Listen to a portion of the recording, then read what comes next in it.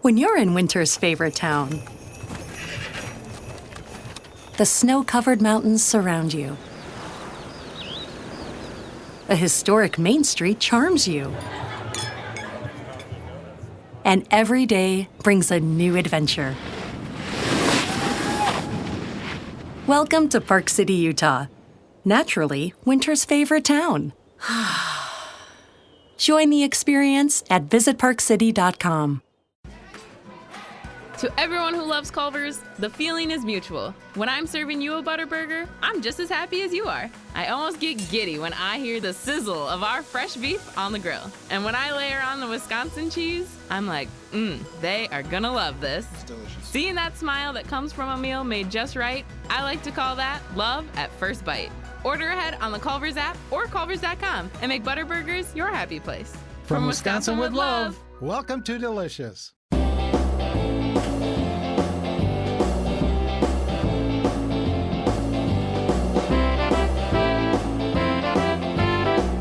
Yeah, you're trying to make change by just standing on your roof while everybody's getting ready, and you've got your sweatshirt on from like Animal House that like says I like to party or whatever.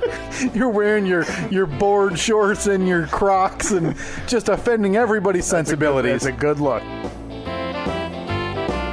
A lot of chalk. Now I know you're a sports aficionado, Steve, but for all the people listening who aren't, blue bloods and sport heads, chalk is where the higher seeds. Blue sport head. Yep. Through and through.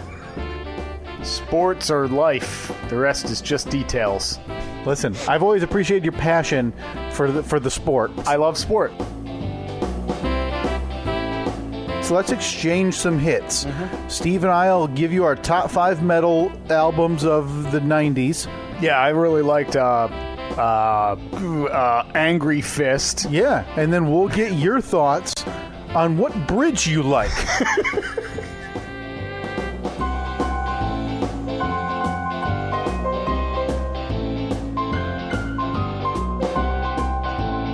Any day now, we're gonna make some podcast friends.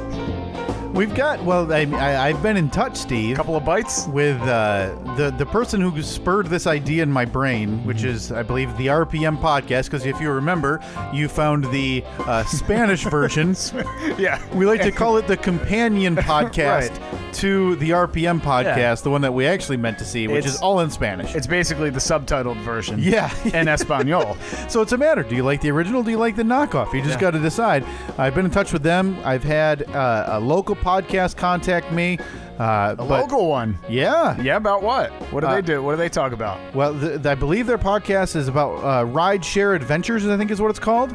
So it's kind of like your stories about, your Uber experiences, kind of like Lyft. a taxi cab confession. Yeah, type thing? kind of. Okay. So you and I, but first of all, and here's the thing, and I told the gentleman I spoke with about this via Twitter. Say it to everybody. If you want part of this program, you need to be able to take a phone call. Yeah. Yeah, that's kind of key. I mean, I guess we'll come to your studio. You know what? I think we do. I'd be down for that. I don't want you coming to ours. No. This is the temple. We've spoken about this. Yeah. Now this room right here. Yeah. It's kind of my dojo. I had to issue a warning again last week. Now you had. Hey, round 2. We're gonna start that over again. Now, last week, your side gig was off for a few days, Steve. We talked about that. You were after the podcast on Monday night, you were making the 90-minute journey to go pick up a car part. Mm-hmm. And I forgot about that. I forgot that was my week last week. And as happens when your side gig is off, we get tagged in a lot of tweets about, well, why don't you just go use Steve's studio in his basement? So I had to make it very clear, because I appreciate the sentiment, but the contract that would have to be signed for those yahoos to come in here and sully the good name and nature that this podcast has created in a 5-block radius of your home would be so exorbitant and over the top, I don't think they could or would be willing to meet. Well, say we decided to cut them a little bit of a deal. Okay. Because we know them. Lower family friends discount on family rent. and friends discount. So we're not taking any profit off of it. Profit off of it. They're just paying to keep the lights on. Sure. So I mean the electric. Yeah. the internet bill. Yeah. I'll make a pot of coffee. Sure. I mean, look, Like a workplace. coffee costs money. Water, obviously, because people are going to go to the bathroom. Mm-hmm. I think that it's reasonable to ask for $8,000-$9,000 per day. Well, and that's without, and again, that's you. Right. You're a part of that show. Yeah. Not me. Exactly. So you're saying per person? My 50% of that mixer is going to have to be used. Yeah, that is true. My 50% of these 2 microphones is going to have to be used. You're right. And this chair. That's important. So we can make sacrifices. Now listen, if they don't want to pay the chair fee, take the chair right out of the room. Yeah, you can sit on the floor. If they don't want to pay the microphone fee, I'll take this puppy right out and I'll put it in the car. And if they only want to use Steve's half of the mixer, they can pick which pots they want on. Or everybody just gather around one mic. Yeah, it'll be like a studio podcast. Yeah, it'll be like an old Boys to Men video. Yeah, Everybody's gathered around. They have 2 fingers up to one ear.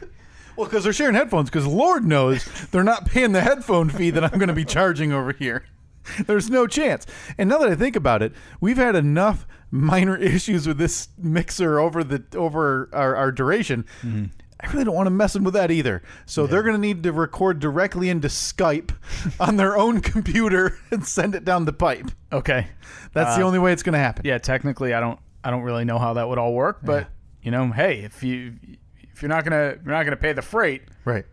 You can't ride on the train. No free rides. Is that a saying, by the way? Yeah. Wait, hang on. So one more time. If you're not going to pay the freight, you can't ride on the train. Now, in this scenario, the freight is usually what's being transported on the train, right? Yeah. So I think you're close. I think if you had said... I might be combining 2. No, I think if you had said, if you're not going to pay for the freight... Well, I know that pay the freight is a saying. Okay. But I don't know if you're not going to pay the freight, you can't ride on the train. Add it to the billboard. If you're not going to pay the freight, you're not going to ride on this train. Yeah, somebody, if you could come up with a rendering, we want it both fully worded and then a truncated version with just an acronym. Just an acronym, yeah. And if you could, somebody's done that with our previous acronyms, right? Which I don't remember if I had to. Yeah. We're going to need those doubled up. Oh, so you want them? I want all, both. Yeah, I want all of our mottos, including the newest one, and 2 billboards. One with the mottos, and then again, like you said, the second one where we just have the acronym. Mm-hmm. So yeah, I mean, get to it, Photoshoppers. You may want to put it on a road. These billboards might want to be on a road where the speed limit's like 20. Yeah. Because you're going to have to drive by pretty slow. Yeah. Like LIRRMA. Well, no, here's what... Oh, let me look at the second part of the billboard where it has it has it fully spelled out. Well, here's what we do. We do like a chain billboard. So we finally blow that billboard budget we've been saving for, Steve. Yeah. All the money we've been accruing here at the Steve and Kyle podcast. We finally say it's time to put it to use and break out of this 5-block radius of Steve's house. Mm-hmm. And we're going to get one billboard with the acronyms and then have people driving going, what could that be? And then like a half mile down the road, we explain it all. Yeah, it'll say translation. Yeah, when without context they read, if you're not going to pay the freight, you can't ride the train or whatever it is. So essentially, they're going to go from... So we're getting 2 billboards. Yeah, they're going to go from confused to still confused but with complete words. Confused but able to read. Yeah, and really, what more is this podcast looking for? Yeah, that's about it. Nothing. Yeah. Haven't turned a profit yet. Don't anticipate it. Although we made $27 off of those shirts. Which went into 1.5 shock mounts. 1.5 shock mounts. 1.5 shock mounts. We still have an offer. I feel terrible. A listener of ours, his name is Patrick, emailed us or messaged us, I don't want to say a year ago, and wanted to maybe advertise on this thing. We never. Oh, that was like he does a comic strip on his Patrick. Yeah, and he does like a comic strip on his a website that he maintains, and he updates it daily. And I thought it was great. What was the holdup that for us not getting back? We just didn't know what to We charge. never responded. We didn't know $100 what to, like an episode. No, a month. $100 a month, so 25 an episode. Yeah, 25 an episode. All right, you want to advertise your small business on the Steve and Kyle podcast? Rates starting, subject to change, right? Because any day now, these billboards go up, and you don't get grandfathered in. Realize that you're talking about the most popular podcast within a 5-block radius of my house. Now, let me tell you the clientele.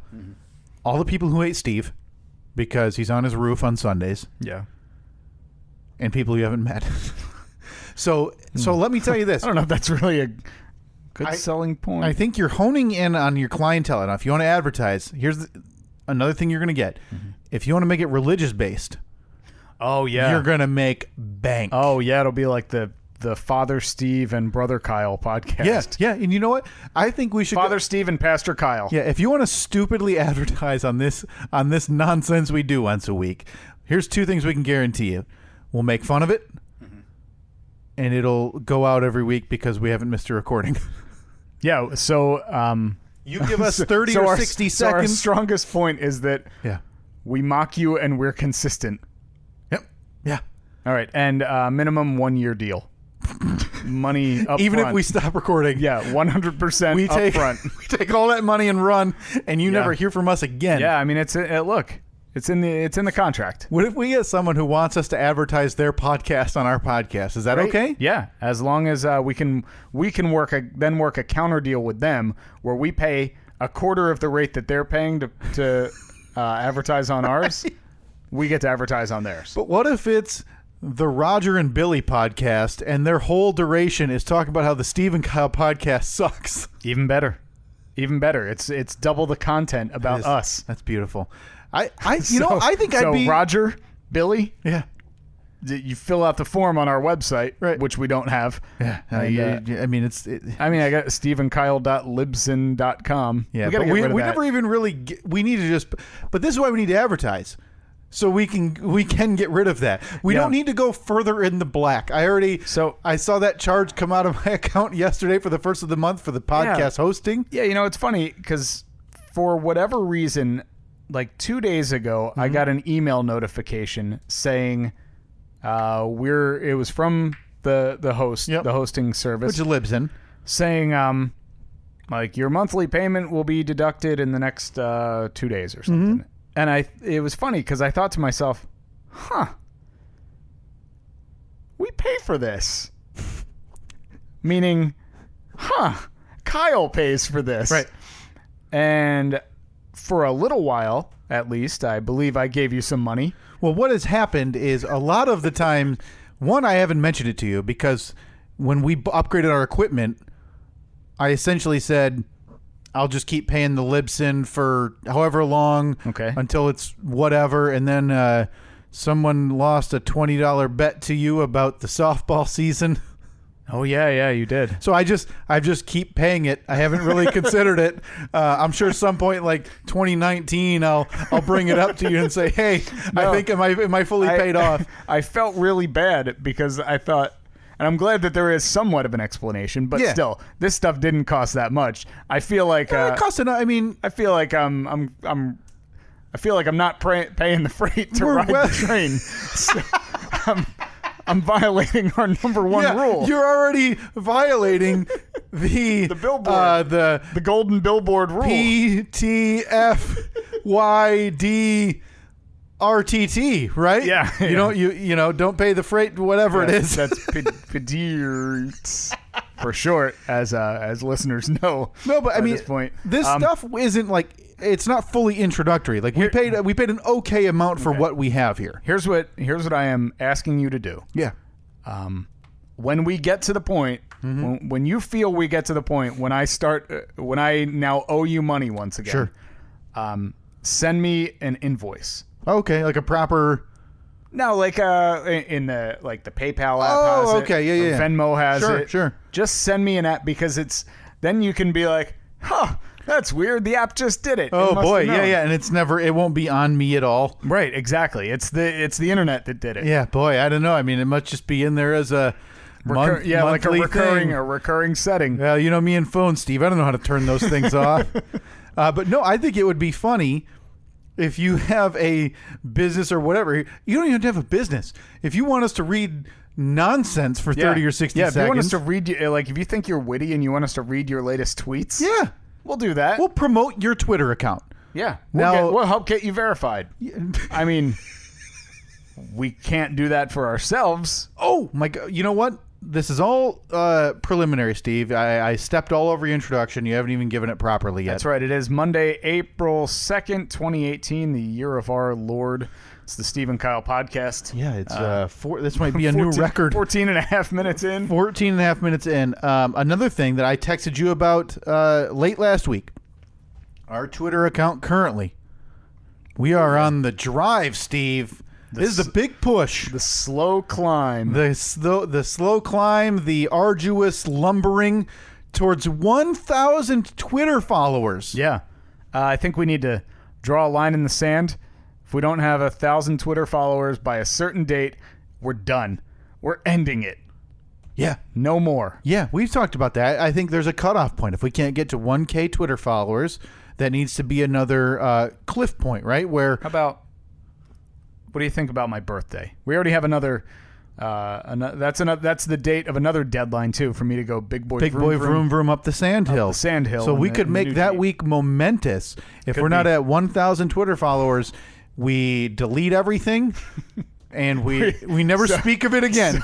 So we all digital footprints. Yep. Deleted. Removed. And then I send you all money from advertisers. Yep. Kept in our pocket. And then I send you one post-mortem invoice for the podcasting fee, $40 or so if I owe you that. And this thing, I take this equipment. Yep. I throw it in my neighbor's pool. And if he says, Steve, why is there a mixer and microphones in my pool? Yep. I don't know. Must be a podcast ended. Boy, there must be a raccoon who only steals podcast equipment that throws it in your pool. Yeah, weird. That is right? crazy. No, I think that'd be funny if you are, for whatever unknown reasons, interested, legitimately or otherwise, into us reading an ad for your business or your personal Twitter account and get more followers, maybe. Send us a note, Facebook or Twitter. But again, that's $25 per episode. Well, $25 per episode, so that's $100 per month. There's a lot of different ways. $1,200 per year, 1 year commitment minimum, 150% up front, just in case you bail on us. It's the security fee. Yeah. It's that security deposit if you live in an apartment. Once we get 1 year completed, we'll give you that $600 back. Right. Or credit it towards the next year. But surprise, the rates increase. Sure. Yeah. Well, listen, you might get locked in for a year, but again, I said subject to change. If we decide in June that, hey, our listeners are up, you owe us more coin or get out of the way, that's how it's going to be. Yeah. We should probably discuss, because there's different types. Do we advertise before the show, in the middle of the show, at the end? Yeah, I don't know. Let's see. That's why I was a bit. I think we do it. We do it very organically. Where it comes up in the middle. Yeah, man. Oh man. All right, so let's. So you're having some Jeep issues, Steve. I mean, it's just I don't even know how you've. There's no way you're going to be going big boy vroom vroom up the sandhill come May. You know, it's funny you say that because that reminds me. You saying sand reminds me of my friends at Sand Hill Resorts. Oh, in the great Northern West. Yeah, boy, I'm reading right here. I spent a nice weekend there last year, Steve, and they told me on my way out, hey, for your listeners only, go to our website, enter the promo code Steve Kyle, and get 10% off a 4-night stay that begins no later than Thursday and does not include the weekend dates. And so we just want to pass on that deal to you. Once again, that's our friend at Sand Hill Resorts in the Great Northwest. In the Great Northern West. That's what you're getting. Like, if that doesn't sell you on our product, on our pitching technique, I don't know what will. Yeah, that's why we didn't even try to sponsor the Steve 16 is beyond me. Well, for God's sake, the fact that we even got it off the ground is the biggest accomplishment we can ever claim. Almost forgot about it. Yeah. We were counting down to start recording. Yeah. We were doing the mic checks and like, all right, coming down in 3, 2.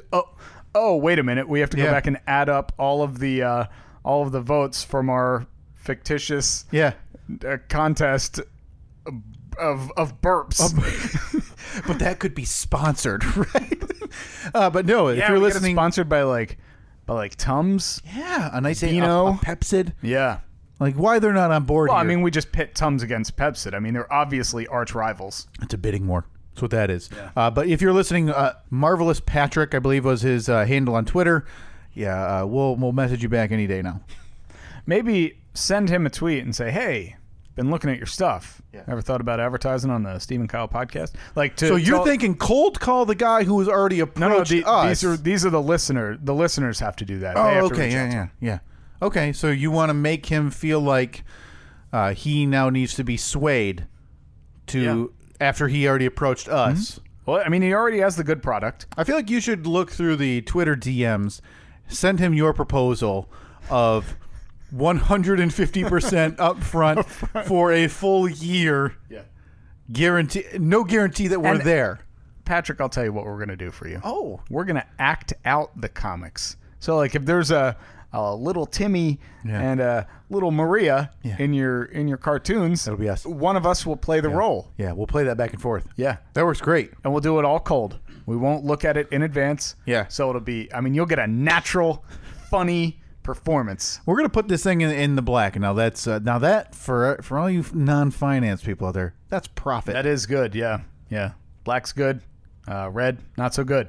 We've only been in the red. Now, what they say is new businesses take, I want to say, 5 to 10 years to turn a profit. Well, they always say that the owner of the new business don't expect to draw a salary for like the first 2 years. So we're right on track with that. Well, June's fast approaching, and that'll be 2 years, Steve. Yeah. 2 years come June, we'll have been doing this. Now, are we going to do a recap to the first episode again? God, that was so bad. I mean, if you want a recap of it, we can kind of do one right here. Hey,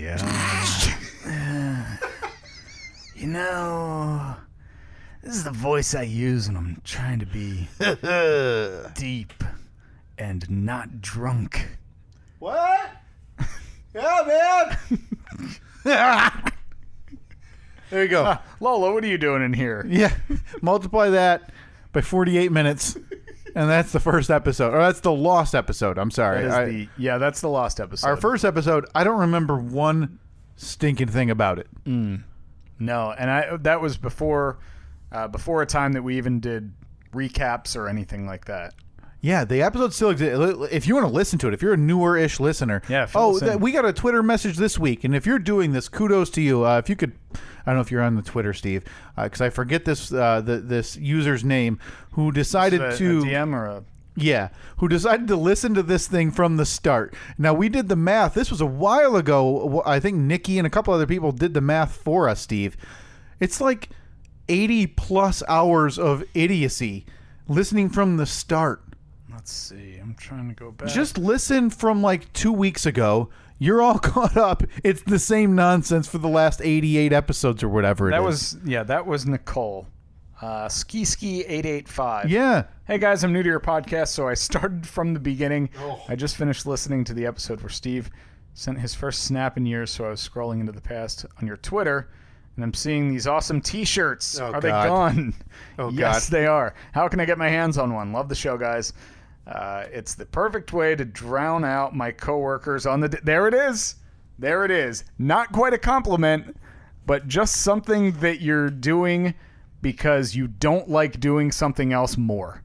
If you could leave that in a review, again, we've talked about this a lot, iTunes, whatever you listen to, because that fits the mold. Like you said, this is something that people apparently listen to not because they enjoy what we're rambling about, but because it's something they can listen to without having to care about what we're talking about. And that's a big deal. That's because that means we're white noise. We've talked about that before. Yeah. We are the podcast equivalent, apparently, our voices. Of white noise. Of white noise. Yeah. I've been told that before. In a positive manner, I'm sure. Yeah. Mm-hmm. We've talked about that before, too. People seem to hate you. Yeah. They hated me. Mm-hmm. And now they hate both of us. Yeah, we really didn't do, neither of us did a good job in picking a podcast partner. Yeah, we should have picked somebody likable. We both picked somebody that everyone hates. Yeah, you've gotten an email that said, I hope you die. Mm-hmm. And I've told the story on this podcast. I forget her name again, but you'll hear it someday.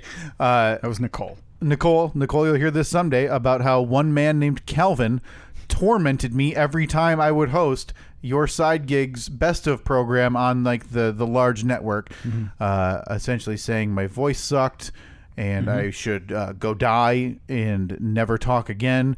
And it turned into a weird email back and forth with this man and me insulting his name. It was is it Calvin? It was like Calvin. I remember the guy's name. I don't remember his email, but his first name was Calvin. I know his last name. I'm not going to say it. As a general rule of thumb, if your name is Calvin, you don't really have a leg to stand on when it comes to mocking other people. Right. Because that's a wiener name. Sure. It's the only thing I think of when I think Calvin is Calvin and Hobbes, which means you're a cartoon strip to me. Yeah. You're a comic strip. You belong on Marvelous Patrick's website. Yeah. Doing hijinks. Speaking of Marvelous Patrick, have you seen his latest? This is just a little. This is what we call a spec spot in the industry. I mean, let me give you the proper feed in. You know, when I think of the name Calvin, Steve, I think of my child and I think of Calvin and Hobbes. So to me, this guy is nothing more than a comic strip. You know what I like to do when I'm thinking that I need some funny papers? Uh-huh. I go to the Marvelous Patrick. Marvelous Patrick's website. MarvelousPatrick.net. Couldn't even get calm. Poor Patrick got in too late.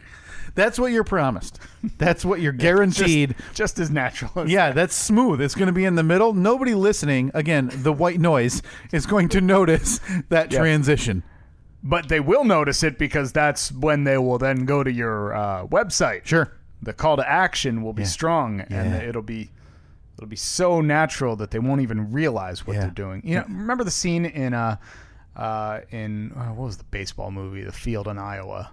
Oh, Field of Dreams. Field of Dreams, of course. And James Earl Jones he sees the field for the first time, and he's describing how, people will come, Ray. People will come, and then they'll. Like, without even thinking, it's a pretty good James Earl Jones. They'll reach into their pocket and they'll pull out $20, and find a seat down on the third base line. Sure. That's what people are going to be like going to the marvelouspatrick.net.com's website. That's what you're getting right there. Yeah. You're getting James Earl Jones. Oh, man. James Earl Jones will read your ad. So if you, oh, boy. Asterisk. James Earl Jones will not read your ad. Boy, that's an asterisk, all right. But it will be read in the spirit of James Earl Jones talking about the baseball field. Well, I just said it too while you're reading. You did a pretty good James. People will. No, I'm trying too hard. Yeah, you just got to let it flow. Like if people will come, Ray. Yeah, that's pretty good. You want James Earl Jones' voice? We'll do it. Yeah, I'll do it. I will do it. In the spirit of James Earl Jones. Sure. Yeah. But, maybe we should go by Jimmy Earl Jones. In the spirit of Jimmy Earl Johnson. We don't want to get sued. What about J. Earl Jones? Okay. Yeah. Because, again, we don't want to be sued. Robbie Mack. Yeah. We shortened that. Yeah. That's a good idea. Yeah. J. Earl. Yeah. But you can't really... Early? No. Oh, woof. That's gross. J.E. Jones. That works. Yeah, like a shortened handle. Yeah. That's like an author name right there. Watch out. We're starting to take some work from one of the greater voice actors of our generation. People will come, Ray. Whoa. It's the people will come is no good, but the Ray. Yeah. That's the good. That's the money right there. So what we're saying is if you want J.E. Jones, in your ad, you have to have the name Ray. That's my voiceover actor alias. Yeah, you have to have J.E. Jones. and you have to have the name Ray in your ad. That's the only way Steve can pull it off. Preferably numerous times. Yeah, like a lot, like ray of sunshine, Yeah, rays of sunshine. Ray's chips, whatever it is, your choice, right?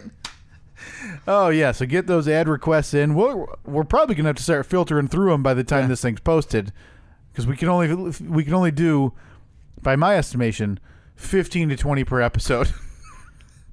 People will come, Ray. Oh, that's beautiful. Just close your eyes when you're listening to that. I need to find that clip now. Yeah. I need to know. That needs to be a part of it. We need to add that to the soundboard that we haven't used in months. Yeah. That we have to start using again. But it probably slipped past the goalie here. Oh, you got it? Hold on. You got it? We got to do this. Ray, people will come, Ray. People will come, Ray. All right, I gotta do it again. You think you can hit it? I'm gonna say it right after he says it, and it's gonna sound freaking fantastic. You ready? I'm ready. Ray. People will come, Ray. People will come, Ray. Oh, that's good. I'm getting good at it. Should you just watch the rest of the movie Right now? and then I'll take my headphones Yeah. off. You just do your thing. Listen, I'm the content killing king. I know I can crush this. So, and then you come back with all of the J.E. Jones lines, and you can just recite just his portion of every conversation in that movie. Yeah. All right. One more time. Ray, people will come, Ray. People will come, Ray. I bet I could dub myself into Oh, you that could clip, absolutely. and no one would know. I just got to get the birds chirping in the background. Yeah, you've done it before. I have. Now, we've talked about your... Ray. People will come, Ray. People will come, Ray. We've talked about your voice doppelganger in the Amazon Alexa commercial and how spot on that sounded. I know, it sounded exactly like And now you also sound like James Earl J.E. Jones of Field of Dreams fame. I mean, also, Star Wars, but whatever. Yeah. Snooze. Boring. Snooze alert. Didn't watch that. Oh, man, I used to have the Alexa ones. You don't have the Alexa ones on there? No, they were on there, but Oh, man. everything on this soundboard is now the the throat sounds. the throat sounds, Oh. which we never use. We should bring those back as non sequiturs, or like as sequitur, like between bits. Yeah. Like if we have, hey, instead of when we end the show talking about death and turmoil and genocide, you play a couple of these.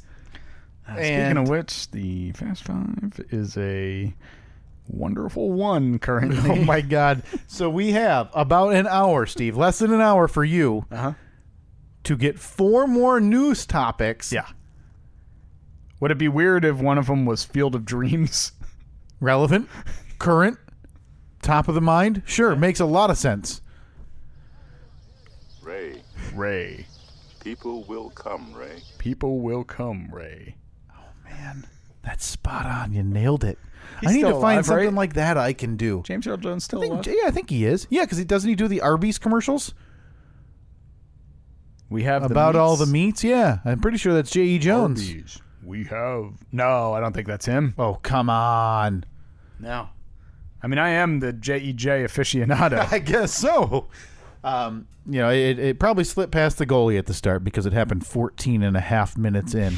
But we did say we're recording on a Monday again, Steve. Mm-hmm. Yeah. So there's a couple topics we need to get to. First and foremost, if you've been following us on social media this weekend and listened to the podcast recently, you're aware that my wife and I decided to undertake a complete bathroom redo. Mm-hmm. That means down to, not to the Not studs. down to the studs. Yeah, we didn't rip the walls off. Well, in some spots. Well, not intentionally. Yeah.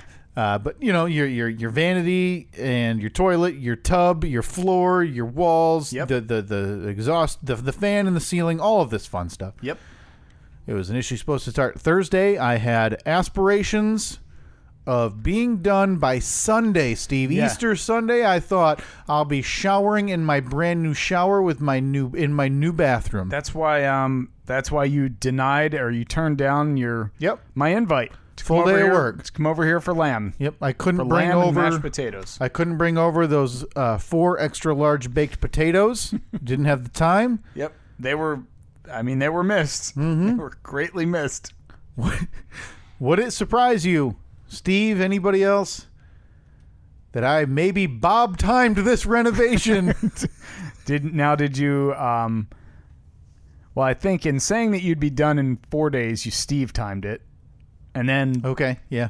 No, you're right. You're accurate. Yeah, I'm and then the once other way. the work started, you really Bob timed it. Yeah.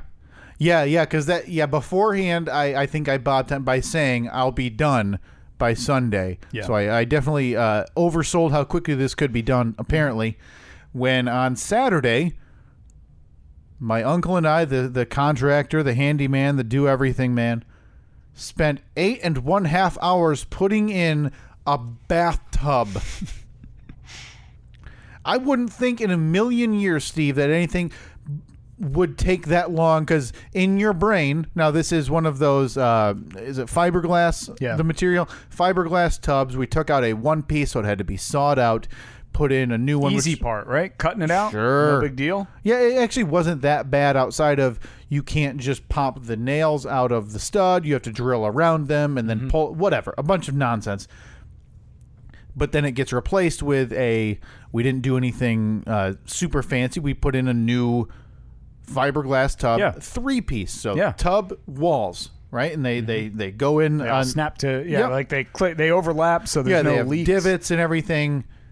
So that was, again, an 8.5 hour project. Not the removal and the install. The removal and the install was much more than that.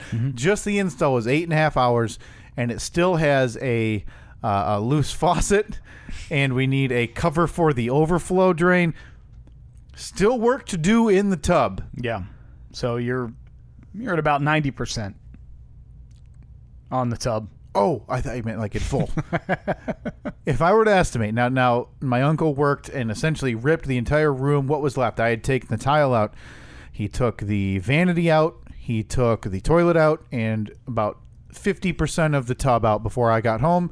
I took over. I spent about 3.5 hours on it Friday.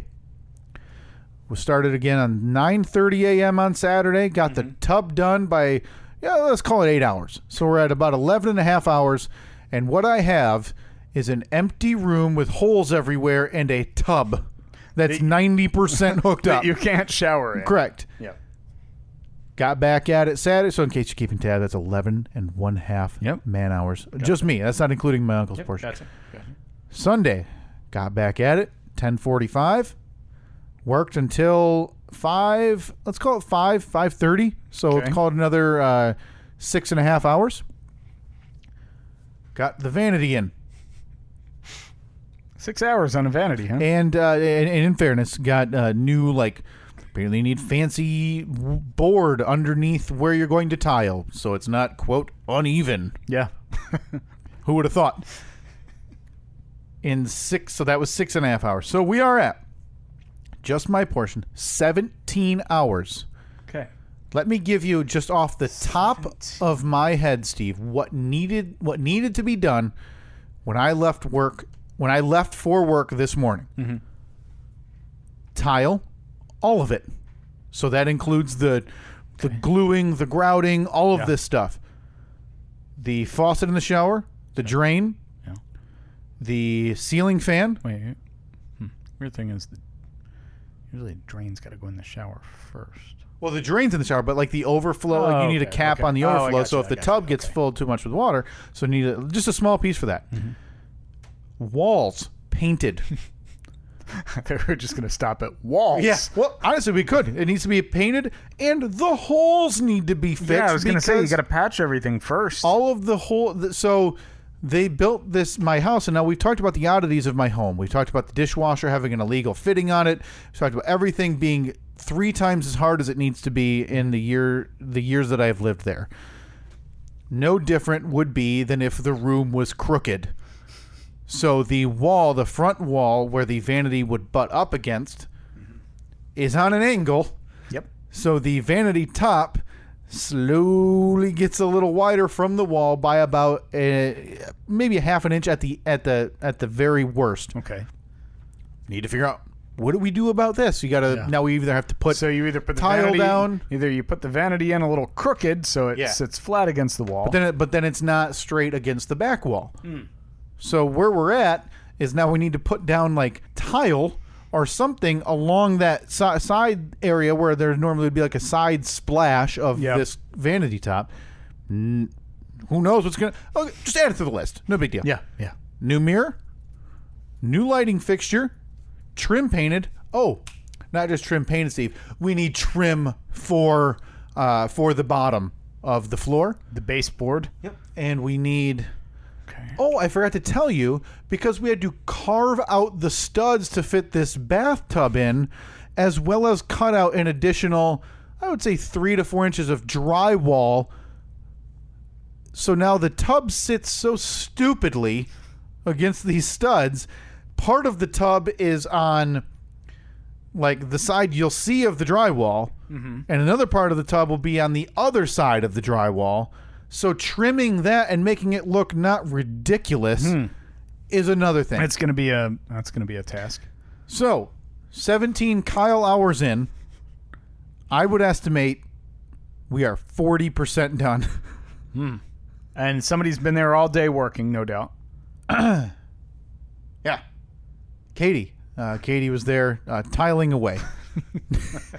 Did not get started today till after 2 p.m. Okay, so your start time got pushed back a bit. It's kind of like when Annette and I did hardwood flooring a couple weeks ago. We had the intention of starting at 8 a.m. You slept till 9:30. Slept till 9:30, and by the time we got all the problems figured out, it was 3 o'clock, and we had a dinner date with you guys at like 7. Yeah. So we got about 3 hours of work in before we had to shower and go out. Okay, so man, you are speaking my language. This is officially a Steved up project that I estimated on Bob time. Let's talk budget. Have you gone over budget yet? Stopped asking. Terrified? Okay. Has there been any, oh man, we have to pick up. Yes. Let's call it. Are they big ticket items? Faucet was the most. $80 to $100. Yeah. Because of course they're a bit expensive. Because of course the countertop we bought, Steve. Why would we buy a countertop with the same amount of holes as our current faucet has, when we could buy a countertop that has the elusive one-hole faucet, which they sell in approximately 2 places for more than every other faucet you can see? So yeah, we're at. Even yesterday, stupid things like the sink. I was excited just for something stupid that the sink was going to be finally good. We had it in. The faucet worked, it fit. Everything was going, and then the drain pipe, PVC pipe, 1.5 inches too short, need an extension piece. So that got pushed to today. Can't put the toilet in until the tile's done around it. Toiletless in there as well. It looks like I started 4 hours ago, because looking from the out, and again, this is a lot on me because I don't know any of this stuff. So my estimation was obviously wildly inaccurate, to say the least. You know, I saw your post throughout the weekend. Thought there'd be a offer of extra set of experienced bathroom hands. No. Because I think we've determined that anytime I'm added to the mix, Sure. especially with our no problem projects, that it doesn't work out well. But I saw your post on, I think it was on Saturday. You posted a picture of your beautifully installed shower. That's And level, said- by the way. And it said, "What have I told you? This took 8.5 hours and 4 trips to the home improvement store." Yeah.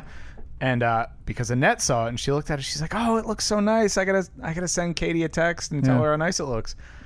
And I said, "Yeah, it does. But unless Kyle is posting this picture like, hey, this is what we finished 2 days ago," I was like, I'm a little worried because I don't think they had a pretty aggressive timeline that they wanted to get it done by Sunday night. I don't know if... And that was Saturday night, meaning there was only about 24 hours remaining. Right. And there was only a shower. Yeah. There was no toilet, no vanity, no floor, no paint. There was light, still no mirror, no drywall. Holes that needed to be patched, which right there. No register, that's no vanity, no sink, no faucet, no drain. Oh, by the way, one of the electrical outlet won't work. Okay. On the wall. We're just gonna say forget it. Who needs it? Just tape over it. Don't touch this. Just run an extension cord from the living room. No big deal. We don't need anything in there. So yeah, we were initially supposed to start Thursday. Like I said, didn't get started until Friday, which is fine. That's not a huge inconvenience. But in hindsight, starting Thursday would have been a nice bonus because I feel like I wouldn't be so overly stressed today because I hate this stuff. Yeah, but you don't have a deadline per se, right? There's not something that it needs to be done. Like, right. It's not like companies coming to town on Thursday and you have to have everything done. Yeah, I mean, me and the dogs would really like to use the bathroom when it's WrestleMania Sunday this upcoming weekend, of course, Steve. Yeah, that's it. And if you want to go ahead and add that to your wonderful one, we can break down all the matchups top to bottom. Yeah, I mean, you're not typing. It was already. You memorizing it? It was already then? on my list. So you just remembered it. It's a lot of Okay, good. Yeah, I mean, I thought of that 10 minutes ago. It's all typed in. Okay, we'll break that down top to bottom. Added it yet. Coming up later, but do me a favor, take the next couple minutes and just monologue. Do your thing. What? Uh-oh. Do a Seinfeld. Is this an impression coming out? I was going to do a Seinfeld bit. You know, it's like top of the show. How they always showed the Seinfeld comedy act. Oh, yeah. Which, by the way, nothing aged worse in my mind. Oh, man. Between Jerry's clothing, Jerry's hair. Like those tight black jeans that he always wore. And how sad is it when you actually look at it? Wasn't it the same club? Yeah. Wasn't it? The guy wasn't doing anything. And it was always the same nonsense garbage joke, and he'd just like slap the mic stand and go, right? I mean, come on. I watched a bunch of episodes because I like his show, Comedians in Cars Getting Coffee. I watched a couple episodes of it, and because I watched it kind of in a different, like looking at it a little bit differently, because I'd read an article a couple weeks ago that said Jerry Seinfeld is one of the most unrelatable people in the world. Oh. All you have to do is watch his show. Okay. And he totally is, because he's subtle about it, but there are quite a bit of humble brags in there. Well, this is a guy who's made a bajillion dollars off of Seinfeld and the syndication rights. Yeah. Made the one movie. Didn't he do Bumblebee movie or something? B-movie, yeah. B-movie. And really has been out of the massive public. He could walk into NBC tomorrow and say, I want to do a TV show. Yeah, I want to bring the show back. And they would give him... They would be on the air like whatever the shortest turnaround time is. Right. He would be back on in prime time on a good night. He wouldn't be on it wouldn't be like Sunday afternoons. No, he would, and he'd be making $2 million an episode. Yeah. And the ratings would be bananas, right? But he chose not to, and I think that says a lot about how much money he made off of Seinfeld. Yeah. But I guess I can see, because when you get that rich in the 90s and go through the majority of the 2000s with that money and not working, you could easily lose track of what is normal in the public eye. Yeah. The whole if you haven't watched it before, just go on YouTube. You can watch all the episodes there. There are a bunch of them are on Netflix too.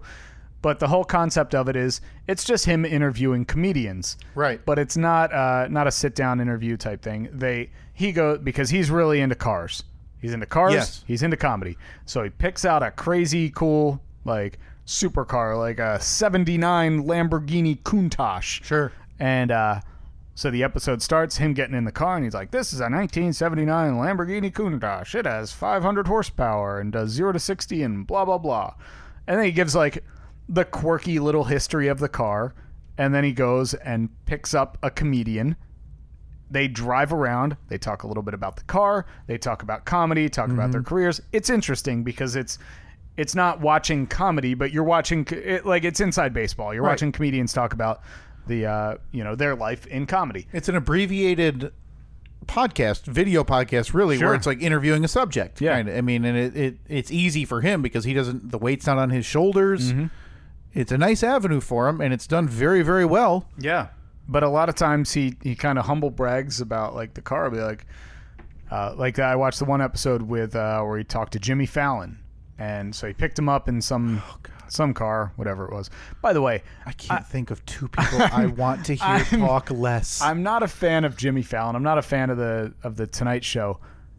But damn it, if he isn't one of the most likable humans on earth, because he's so nice. He's so positive.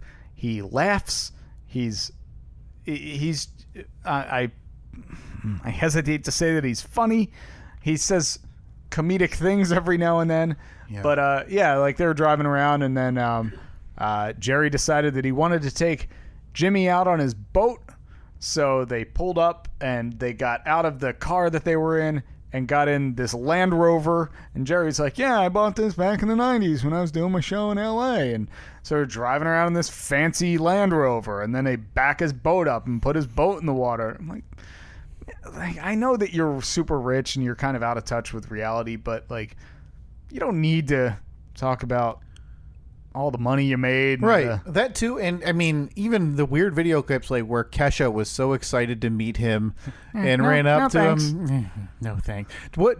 I never even was is he a germaphobe? No, he just didn't want. He had no idea who she was. Oh. Yeah. I mean, that's understandable, but if she's because on that side of the rope on this red carpet, she's somebody. She's on his level. Yeah. Somewhat. And honestly, more than I am, and more than the guy that's interviewing. Among age group, let's call it 18 to 34 today, who do you think is more recognizable? Jerry Seinfeld or Kesha? 18 to 34? 18 to 34, male, female, all persons. That's kind of tough because I want to say Kesha, but I still think, I bet it's probably Kesha, but I don't think it's by a huge margin. I bet it's like a 55-45. Right, and which is, it's still crazy to think about, right? Yeah. But just, I mean, look at that now. I mean, I think a lot of people saw that, especially younger people, and they go, oh man, he's kind of a kind of a D. Yeah, exactly. I mean, you're not a hugger. That's fine. Right. Shake her hand. Do what? I mean, again, she's on that side of the rope at this red carpet event for a reason. Like you said, she's a somebody. You're there as a face, you know, right. To just totally shun somebody like Kat. Man, that was such an awkward interaction too. Oh God, here it is right here. I'm not sure who was who he was. Is that Seacrest? It kind of looks like him from the side, but I don't think it is. Oh, okay. Just based on the microphone he's holding. But so yeah, Jerry's on the red carpet at some David Lynch Foundation's A Night of Laughter and Song at the Kennedy Center. This was last summer sometime. It's hard to just sleep when you're tired because people are tired most of the time. I love you so much. Oh, thanks. Can I give you a hug? No, thanks. Please? Oh. No, thanks. A little one. Yeah, no, thanks. Oh. And he actually took a step back. But did she... I want to listen carefully at the beginning. Did she say, I'm Kesha? I think so. Okay. But it's hard to just sleep when you're tired because people are tired most of the time. I love you so much. Yep. Yeah, I'm Kesha. I love you so much. I think she didn't give that enough room to breathe. But you can, man, even hearing this now. Now, I had never heard the clip. I'd only seen the GIF of him. No, thanks. I feel so bad for her. I know. Because that'd be like if I saw, one of my favorite celebrities and had the chance to run up to him. Like, she's so, you can tell, she's so excited. Now, and he's such a D. Side note, what he is saying at the time that he gets cut off couldn't be more Seinfeld bit. Yeah. Hey, It's just hard go to just sleep when you're tired because people are tired most of the time. What's the deal with tired? No, it's not. By the way, to his original sentiment there, play it one more time for me, Steve. It's hard to just sleep when you're tired because people... Nope. Anybody else have that problem? You ever sit there, boy, I am beat. It's hard to just sleep when you're tired because people are tired most of the time. I love you so much. Oh, thanks. Can I give you a hug? No, thanks. Please? No, thanks. A little one. Yeah, no, thanks. Oh, I hate him. Backs away, and then she goes, oh. and walks away. Maybe. And then, but listen to it afterwards, because now he's laughing. I haven't seen this. Okay. I don't know who that was. Yeah, it's Kesha. Okay, well, I wish her the best. Oh my God! What a condescending piece of garbage! It couldn't be. I can't stand him. It couldn't be like less authentic. Yeah. Like, yeah, I wish you the best. Oh God! If we were to go icons of sitcom by generation, like I look at like Ted Danson. Mm-hmm. Oh, yeah, of course. Ted wouldn't do that. You don't think so? You don't think Ted? You think Ray Romano, Tim Allen are doing that from the 2000s? Tim Allen, yes. You think Tim Allen does that? I don't think Tim Allen's a great guy. I think Tim Allen in the Midwest, I think you're getting a hug. No, I think especially in the Midwest, you're not getting From a hug. Tim? He's going to get all the people who have his political ilk and who adore his show that he's going to be more likely to open up to. Yeah, I mean, just because they like him doesn't mean he's going to be... I mean, that's every celebrity interaction is because somebody likes them. Well, yeah, but I think he's more because he shares those values and opinions. I think he's more likely to be comfortable with that group of people than if he was in New York City walking down Broadway. More comfortable, yeah, I'll give you that. But I still don't think he's not going to hug you. I don't think Not going to hug you. I don't think Ray Romano does that. I think Ray Romano gives her a hug. And maybe after the fact goes, like, because he could have made that a funny moment. I bet Ray Romano knows who she is. True. But even I think a guy like Ray Romano gives her a hug. She walks away, and then he goes, I don't even know who that is. And then it's a funny moment. It's not cringeworthy with D-bag Seinfeld making a scene about himself because he didn't want to be touched. I like how we're debating which celebrities. No, not which celebrity. Which sitcom star by decade. Which 90s sitcom star would hug Kesha? Well, Ted Danson in the 80s. Okay, Lovely 80s. man. Yeah. Who would be from the 70s? Who was the big... Mork and Mindy? Was that the big 70s? Tom Hanks is hugging. Yeah. Tom Hanks is giving a hug. Well, yeah, but I don't think Robin Williams is. Oh, God almighty. That's Well, I mean, because he's dead. We got it. Jesus. We have to cut that one like my Aaron Hernandez joke. I don't remember that one. Oh, I do. It's not repeatable. We cut it for a reason. The little editing we have done on this show has been for good reason. Yeah. Yeah, we edit out annoying coughs. Yeah. Sometimes not even that. Yeah. And, yeah, off-color humor. Man. Yeah, by the way, in case you're still on the fence about that advertising thing, yes, we are debating the merits of a 1 year... what's the date on that? June 6th... 2017. 2017, yeah. We are indeed debating the merits of a 10-month-old viral video with Jerry Seinfeld and Kesha. And yeah, boy, it's hard to put into words. I had somebody. I went out with my wife, and she has a friend from work and her husband. I'd never met them, and so we're talking, and the subject of me doing a podcast comes up. And I don't know about you because you have the side gig, and people know you more from that, obviously. But people ask when they ask me about what's it about? What do you guys talk about? What do you do? Is What do there- you say? Can somebody? That's a uh, nice project for our listeners. If somebody could tweet at us or Facebook, #what do we do here? Yeah. Please help us out this week. Because I honestly don't know how to answer. Like I just, it's mostly stories from our personal lives. But how do you sum up you and I screaming at each other about covered bridges and suspension bridges? How do you talk about this stupid 12-hour whirlwind trip to Boston, or the idea that you and I want to go see two chopper houses in upstate New York and drive down to conspiracy theory in the Pine Barrens in Point Pleasant, West Virginia? Yeah. #talking points. So we know how to respond to the question. What do you guys talk about on your podcast? Just give me we talk about A, B, and C. Yeah, like if you could sum it up for me, and we could even make it our Twitter profile. Again, maybe it'll go on a billboard. Yeah, and we'll make it an acronym. Yeah. Throw her on a billboard. There's no We question. just got to get that third billboard. Boy, that budget. We're going to save it for another year. Have we mentioned our hike in sales?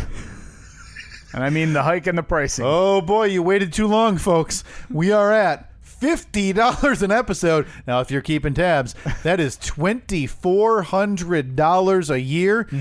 But you're going to have to go ahead and pay $3,600 up front for the year. No year-long commitment guarantee on the Stephen Kyle podcast end. For our security that you don't bail. If you go up, if you offer up $50 an episode, Yeah. we'll give you a 1-year guarantee. Oh, that's safe. Like 1 calendar year, starting with the previous January 1st. Even if we stop the podcast, we'll come here once a week, record your 30 or 60 seconds of whatever, and leave. Even if it's on bad terms. You leave the door unlocked. I walk down. I press record. Yeah. We read off a piece of paper. Yeah. We're gone. Yeah, we'll put up a partition wall in between us. Yeah, absolutely, man. I think that could work. Yeah. All right. Well, I'm on Team Kesha, by the way. 10 months late, but I think Seinfeld's a D. I don't like him. I will not be watching his show on YouTube or wherever it is. It's a Netflix. That's on Netflix Well, it's on now. Netflix now, but it was on like Crackle. Oh, one of those. Yeah, but I think I think he left Crackle. So you're really putting Tim Allen below Jerry Seinfeld in terms of sitcom star likability. No, not at all. Okay, so you still, but you in your mind they're level playing field. I think that, I think both of them are kind of jerks. Boy, should we do like our top 5 most likable sitcom stars, like in real life next week? Yeah, I mean, it sounds great right now. It won't hold any water. We'll both forget about it. Text reminder right now. It's going to make no sense to anybody, but it's going to say sitcom star ranking, and then you're going to text me on Sunday, huh? And I'm going to say, yeah, I got nothing for you. It's not going to work, man. Yeah. So let's just go ahead and agree to not do that next week. I'm going to have my list. Okay. All right. Remind me to sitcom star rank. I just like the rundown of what we've talked about on this episode. Yeah, good luck. Want to advertise on our podcast? Steve's great new impression. Oh, that is right. J.E.J. People will come, Ray. Oh, I think you're there. I am hitting my stride. Now, I don't know what you need to apply to Hollywood, because that's what you apply to, right? You just you send it. Yeah, ship it to Hollywood. Put the resume in a folder and address it to Hollyweird. Yeah.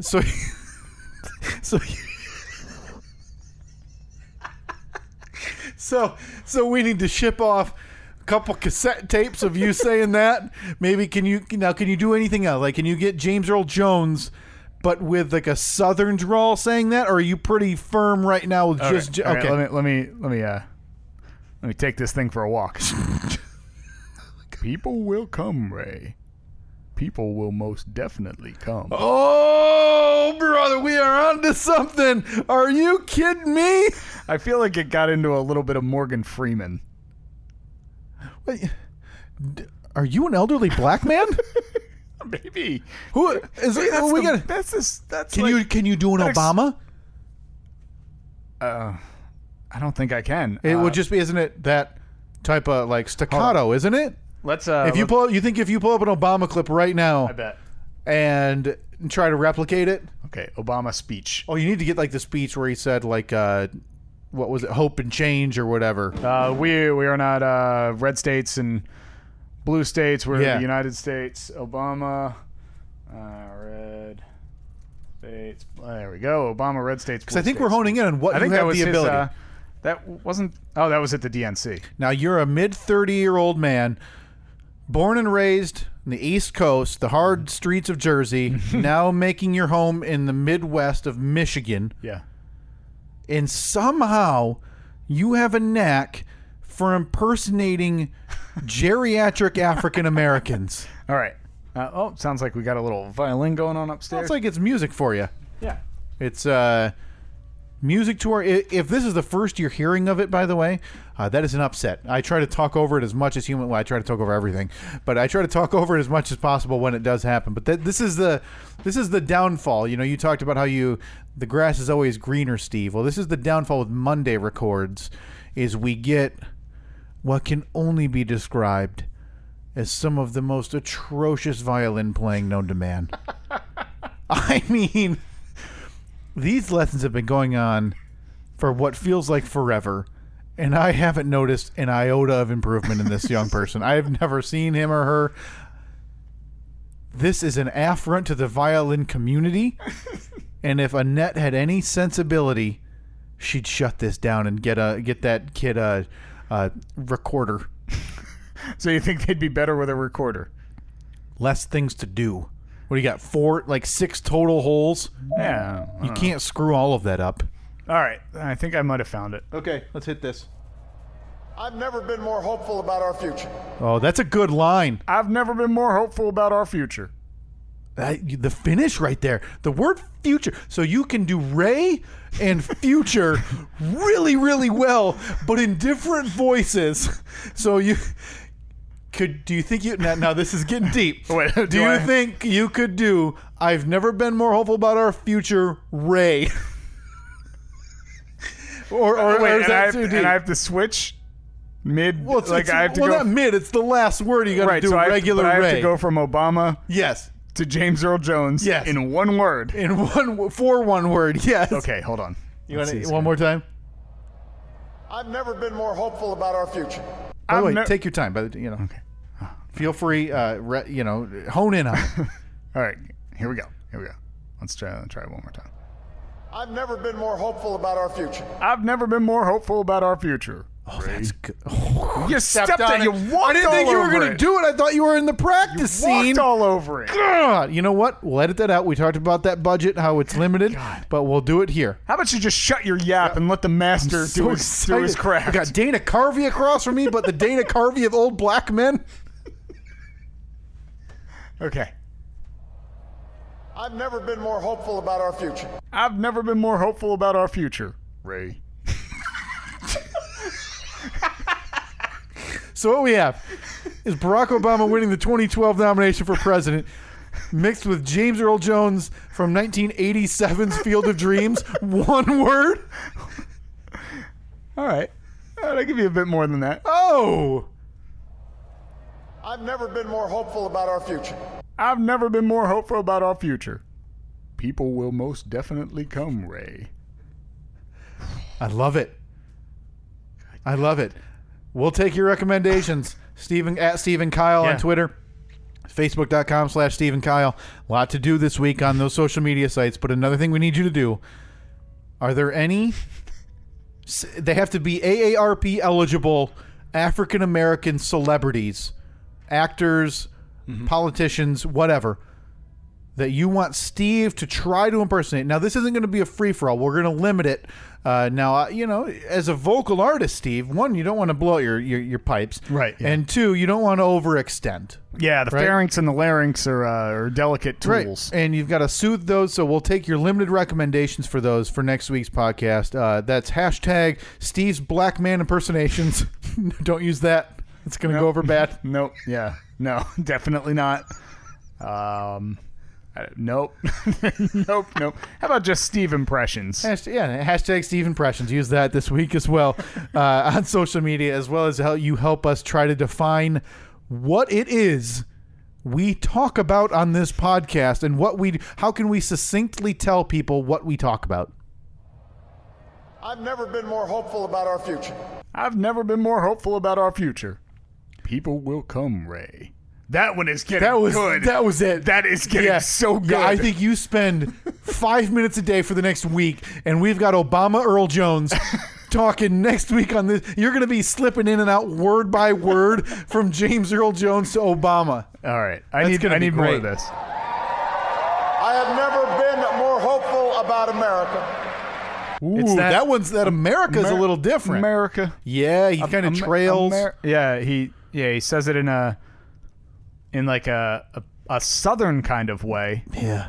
Where Smart was this? man. Yeah, I wonder where the speech was. 2012 victory speech. So that has to be in Chicago. What is it, Grant Park? Grant Park, yeah. And I ask you to sustain that hope. I'm not talking about blind optimism.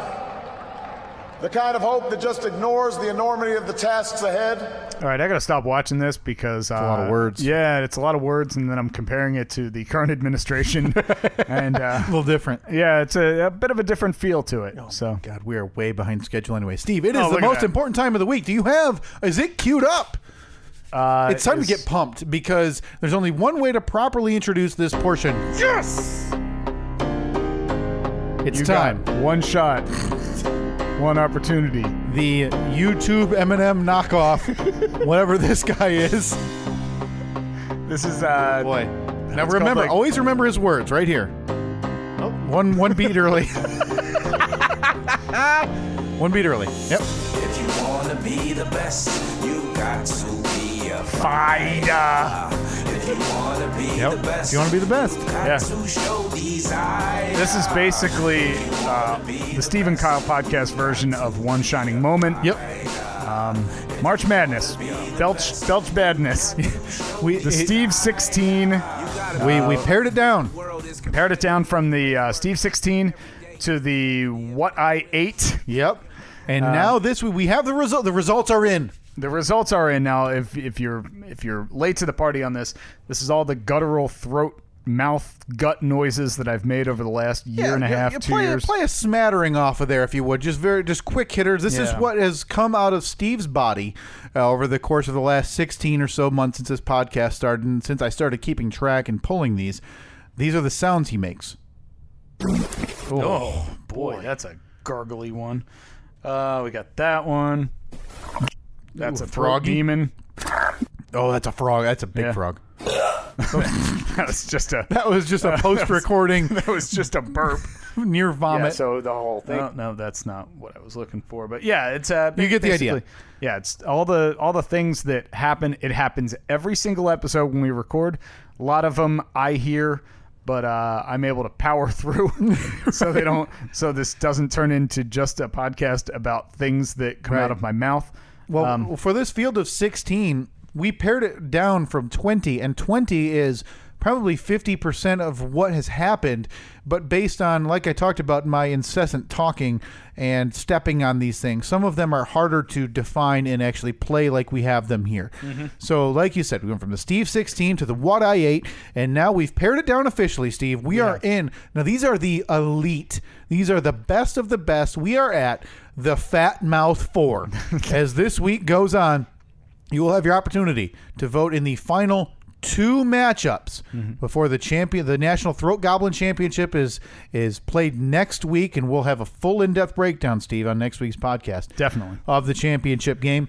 All right, so we're going to start off in the bowel division. We had the number 1 seed Acid Reflux Correspondence School. Actually, I'm just going to say that. You have the audio clips, I'm right? going to say it right here, so no need to say it now. Number 1 seed Acid Reflux Correspondence School. Versus number 2 seed Uvula State Technical University. All right, that's a strong matchup right there. That's like we said, the number 1 seed versus the number 2 seed. Yeah. I think it's going to be impossible to beat the number 1 seed Acid Reflux Correspondence School.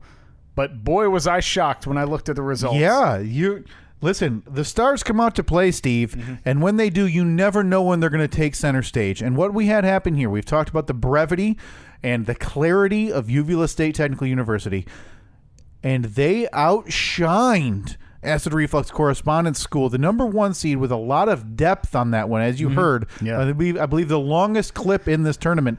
Uvula State Technical University pulls off an upset by a pretty good-sized margin. Yeah, they margin. are moving. Yeah, nearly 60-40. It was 58% of the vote went to Uvula State Technical University, 42% to Acid Reflux Correspondence School, and they're out.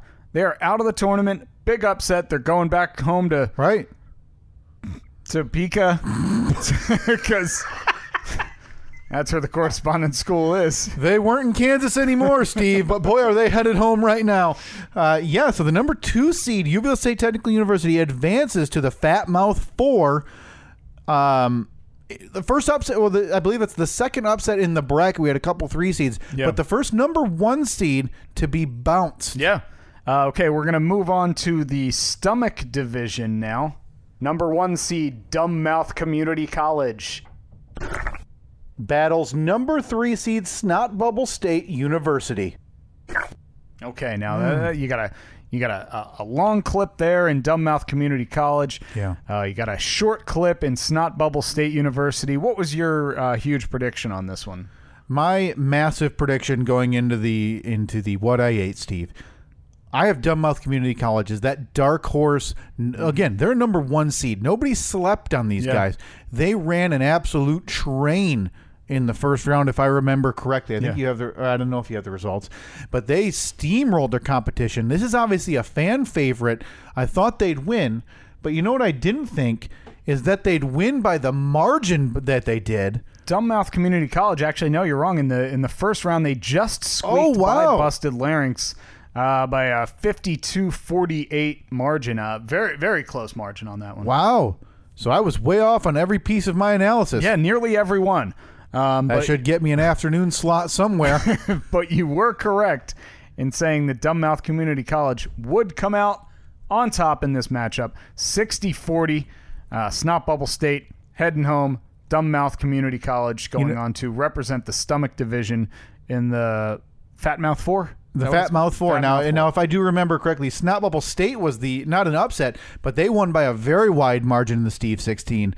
And they probably should have given a better run. But you know what? A lot of times, schools like that, their first time in the tournament, Steve, they're going to get gassed early. There's a lot of pressure going on. They get down to the what I ate. They can't stand the spotlight anymore. A team like Dumbmouth Community College with all that talent, going to be hard to overcome. Walked all over Salvation Coastal State in the first round by a massive margin. Yeah, massive margin. Looks like they should have saved some of those for the second round. All right, so that was Dumbmouth and Snot Bubble State University. We will now move on to where are we at? We're in the throat division now. Big matchup here. Number 1 seed, Esophagus Episcopalian University. Versus number 2 seed, Pharynx Polytechnic. Oh, boy, oh boy. Pharynx Polytechnic. I hear that now, and I think Pharynx Polytechnic was underseeded, I Steve. definitely and I think was a that, member of the committee who placed them there. Yeah. A number 2 seed, Pharynx Polytechnic, should have been a number 1 seed, I believe. But it doesn't matter now because they've pulled off the impossible, the upset of Esophagus Episcopalian University by a 55-45 margin. Nope. No, they did not. That's what they did on Twitter, though. Just goes to show you that Facebook was the deciding factor in that one. Boy, it sounds like you and I are both going to have an afternoon drive slot. Talking sports. So going at it as hard. Talking sports, going as hard as I can. Yeah, but again, we talked about this last week. The disparity between Twitter and Facebook now wasn't massive this week. Like last week, we had a couple matchups with 10-12 vote difference. Well, this was a perfect example right here. On Facebook for this one, Esophagus Episcopalian got 60% of the vote, roughly. Yeah. But if you go over to Twitter, Esophagus Episcopalian lost the vote by a 10%. a small margin, but enough where they still held on 53.2% of the vote over Pharynx Polytechnic with 46.8. Yeah, and in the closest matchup of the what I ate, that's a number 1 seed moving on. So if you're keeping tabs, that's a one upset, the number 2 seed, Uvula State Tech. Moving on to battle Dumbmouth Community College in the Fat Mouth 4. Yeah. And Esophagus Episcopalian squeaks out, advancing to the Fat Mouth 4 over Pharynx Polytechnic. Representing the throat division. And now it's time to find out who they're going to play. All right, going over to the gut division. Number 1 seed, Gullet Institute. Takes on number 3 seed, Mucus University. Oh, boy. We found our Cinderella, Steve. Now, this is the number 3 seed that advanced. We personally, I thought, and I talked about it, I thought Snot Bubble State was going to be that Cinderella to make a run, maybe the National Throat Goblin Championship, probably to the Fat Mouth 4. But we found the actual Cinderella. The slipper still fits, Steve, as we have our second number 1 seed going down, and not just going down. Going down by a massive margin. Yeah, in a Mucus U. 60% of the vote, roughly, over Gullet Institute. Yeah. Gullet Institute on the bus, heading home. They don't get to fly home after losing that game. You're taking a Greyhound. Yeah, you're taking the Greyhound cross country. Yep. One stop. You know where? Helena, Montana. Topeka. And then they got to drop off. And then you got to thumb it the rest of the way. Because they got to stop in Topeka to drop off Pharynx Polytechnic. So they chartered a bus together. This tournament's not cheap. They got to put their money where they need it. So yeah, that a number 3 seed in the Fat Mouth 4, Steve. So we have 2 number 1 seeds, a number 2 seed, and a number 3 seed as the Cinderella. Everybody out there pulling for Mucus University in the upset to make the Throat Goblin National Championship.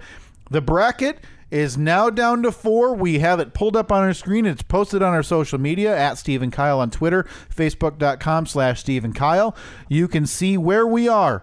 Look at the last 2 matchups before next week. We break down in depth, Steve, the National Throat Goblin Championship that we have been building to for 3 weeks. I want to hear your predictions for what's going to happen here in the Fat Mouth 4. Listen, midnight comes for Cinderella every time I watch that movie. Is that it?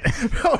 I was waiting for you. I guess I was assuming you were gonna chime in about how many times have you actually watched Cinderella. It's not much.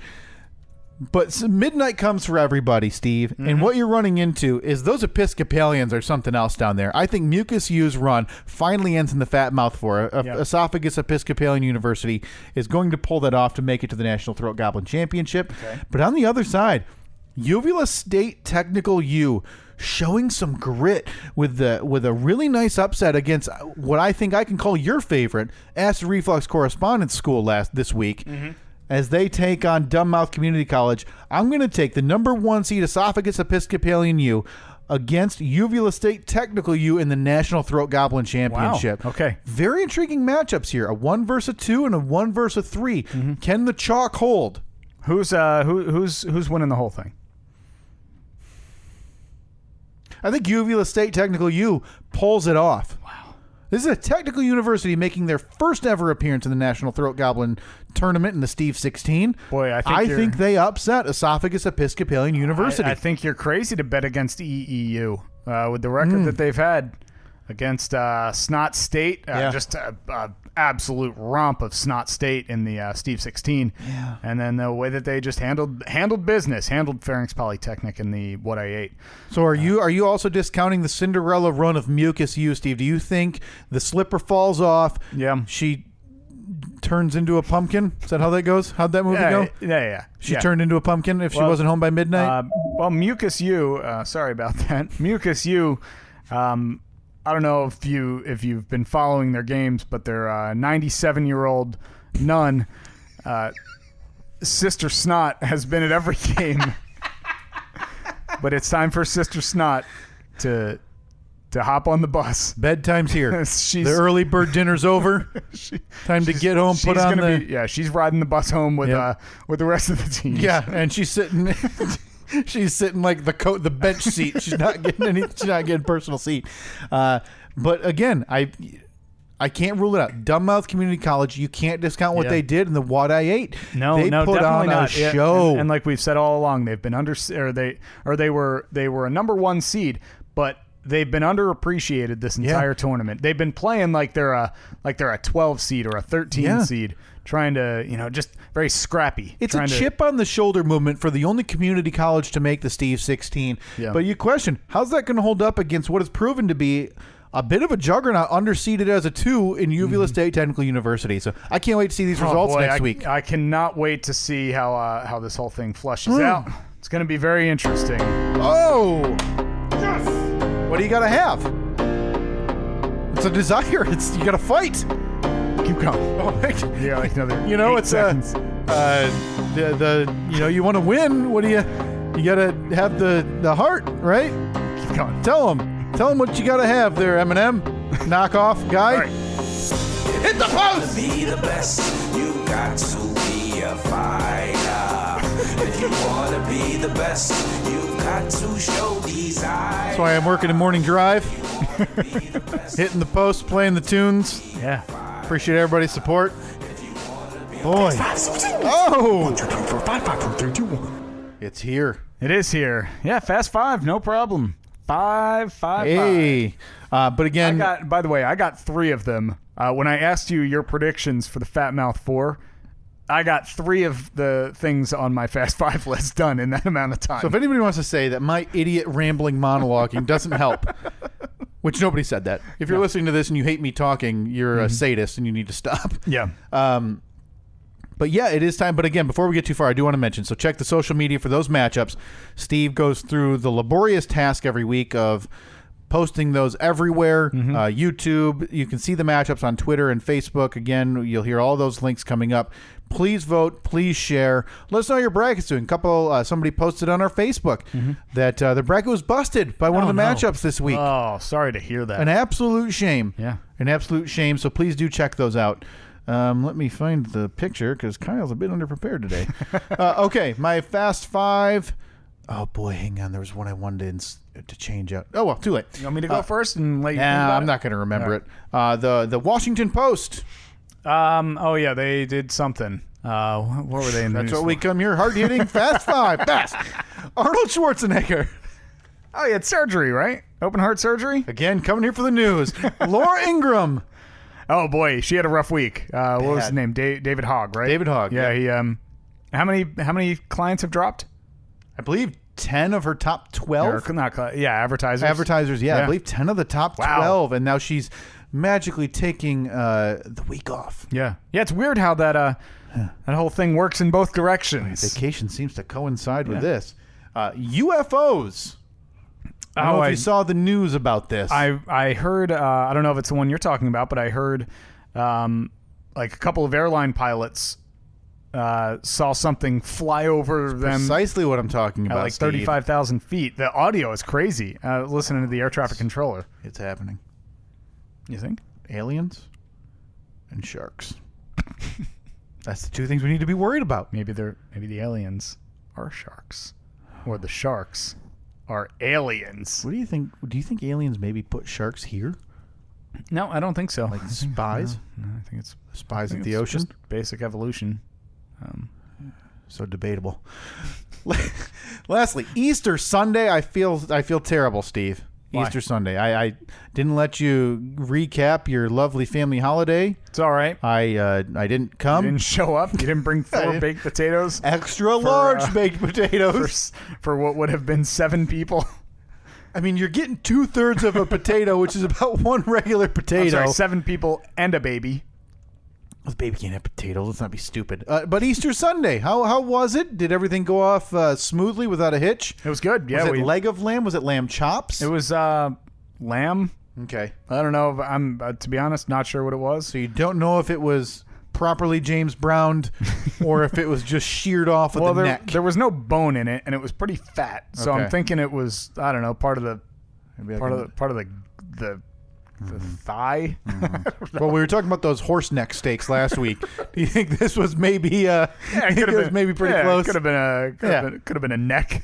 Yeah, good a good lamb neck. That's what everybody's talking about. What they want. Yeah, it's you go to the nice fancy restaurant. Yeah, give me the lamb neck. Yeah, next time you're on vacation, you go to I don't know where you'd find it though. Where they got like a bunch of restaurants that you can go eat at, like different kinds. Are you talking about a little place called Sandals, Jamaica? My goodness, that's got to be it. I feel like this is the first I'm hearing about it though. I don't know anything about it. Now you may think that getting a nice lamb neck steak would be expensive at a place like Sandals, Jamaica. Well, I would guess out of pocket American dollars.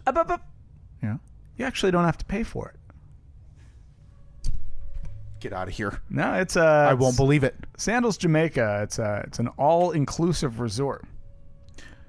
You have to clarify because those two words together don't mean very much. It seems like you're speaking gibberish. Mm-hmm. Well, what it means is that you pay a flat rate, and then you can eat as much as you want at any restaurant of your choice. Oh, wow. So you can walk in and say, give me your finest lamb neck, and they're going to chop you one in the back, let that thing run around a little longer until they need to James Brown it for somebody else.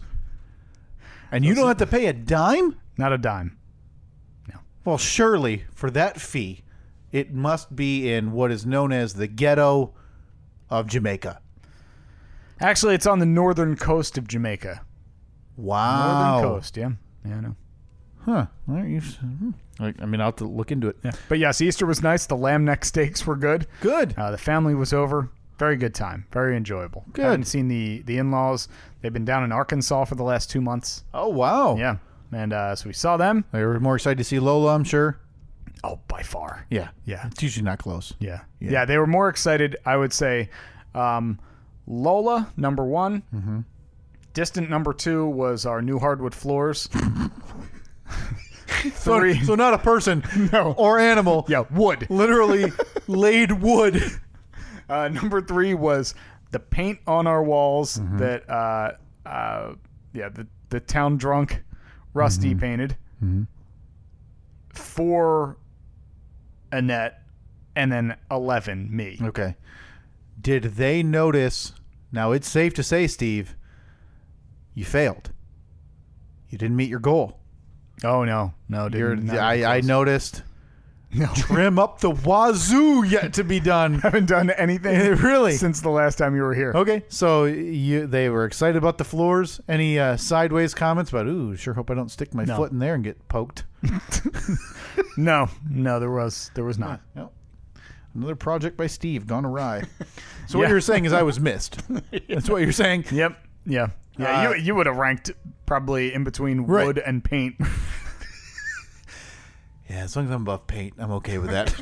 UFOs, I mentioned before that. Yeah, you mentioned the 2 airline pilots. I believe it was out of Arizona. I sent a link. It has the audio. We don't need to play it if you don't want. Claim they saw an unidentified flying object.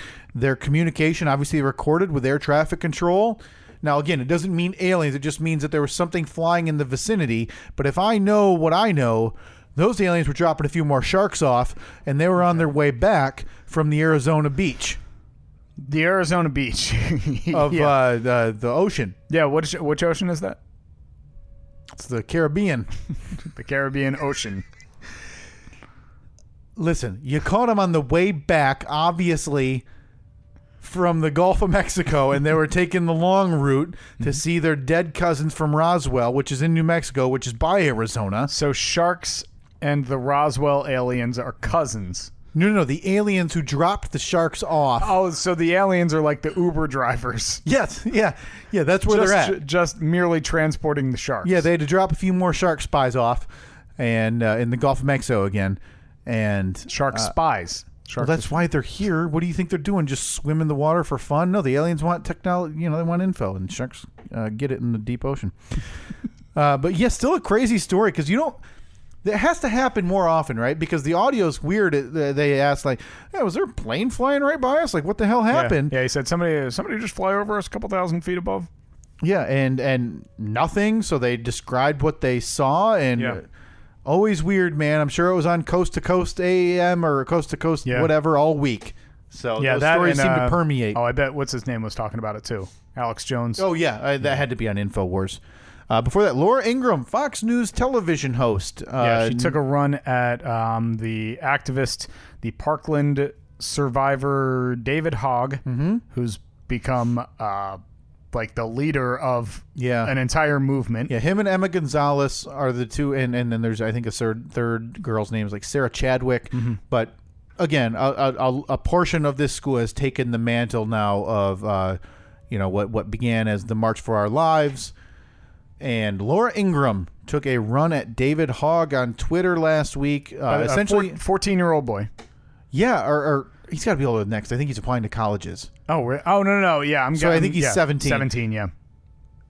Her tweet or gripe or insult was that he was rejected by 4 universities he applied to with a 4.1 GPA. That was her insult. Yeah. Didn't go over well. Really showed him. Yeah, boy, eat that one, Hog, and your over 4.0 GPA. Loser. So all he did was post a simple list of her top 12 advertisers on her program, and within a week, I believe 10 of them have now dropped advertising from her programming. Isn't that crazy? And she magically has a vacation this week. Yeah. It's remarkable the influence that those kids have. Unbelievable. In a month's time. Crazy. Month and a half ago, they were any other kid in high school. Yeah. And now they're the leaders of a movement that is going to have impact. Yeah. They're going to change something. Something will change because of these kids. It's awful that this is what it took. Yeah. but still an amazing movement to see. Before that, Arnold Schwarzenegger, former governor, crazy to think about, former governor of California, former actor, current actor? No, I think he still is. Is he still working? Yeah, I think he's working on He went and staged, so he was what seemed like beloved, for being kind of, hey, he's got a funny accent, and he's kind of goofy in these movies, to now being... to then being the governor of California and hated by Californians and a lot of America, to now being back to this beloved caricature, because he's been having like Twitter video arguments with Trump, I want to say, during the election, and it was just videos of him in his house smoking a cigar, talking about Apprentice ratings, and so now had emergency open heart surgery over the weekend and seems to be on the mend. Yeah, but it's a weird cycle he's gone through. That Jesse Ventura is probably next. He's probably on that bounce back. Yeah, lovable idiot. Yeah, well, yeah, Arnold. It sucks because if there's somebody that I'd like to see run for president, I think it would be Arnold. Like if I had to pick somebody from the celebrity realm, it would be Arnold. But he can't. He's not American born. Yeah, but and I don't know, because it seems California, again, universally dislikes him now because, and again, I'm not up to date on Californian politics, but it seems like he didn't do a fantastic job of keeping everything afloat over there. Yeah. So I don't know if he would stand a chance, but it's a weird swing. It's funny to watch happen. And he's back to being an icon, and everybody wishing him well on the mend from heart surgery, which is terrifying to have emergency open heart surgery. We wish him well on the Stephen Kyle podcast. Sure.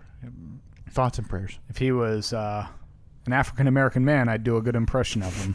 Yeah, you can't do an Arnold. Don't even try. It's a waste of everybody's time. But I bet James Earl Jones has something to say. Oh, God. What would James Earl Jones have to say to Arnold Schwarzenegger on the mend from open heart surgery, Steve? People will come, Arnold. People will most definitely come to see you in the hospital. Boy, seems like James got distracted towards the end and started rambling. Yeah. Boy, James was in the... There you go, Arnold. You're welcome. And firstly, the Washington Post, it seems President Trump has now refocused his Twitter activity on the Washington Post and Amazon in general. Yeah, but what run did he take it at? Because the story came out saying that he was like obsessed with Amazon. Yeah, he keeps taking a run at Amazon, claiming it's ruining the United States Postal Service. Which I'm all for Amazon then, if that's the case, because I would love for them to take that place down. You are lucky we are out of time, because I would have this out top to bottom today. I'm in that type of mood where I would defend my boys in blue, but we don't have the time. I don't know if you can refer to them as the boys in blue. I think that's already taken by the police. No. The charity for the post officers trying to lose weight, the Thin Blue Line. Yeah, it's not exactly what that charity is about. It's not. No, it's that's for police. You're telling me it's not police the officers. Wait a minute. You mean to tell me the weight loss charity for Postal Service employees? Weight loss charity? Sure. Every pound they lose, they donate $1. To what? The charity. How is this hard for you to understand? I apologize. Is not called the Thin Blue Line. No. Yeah.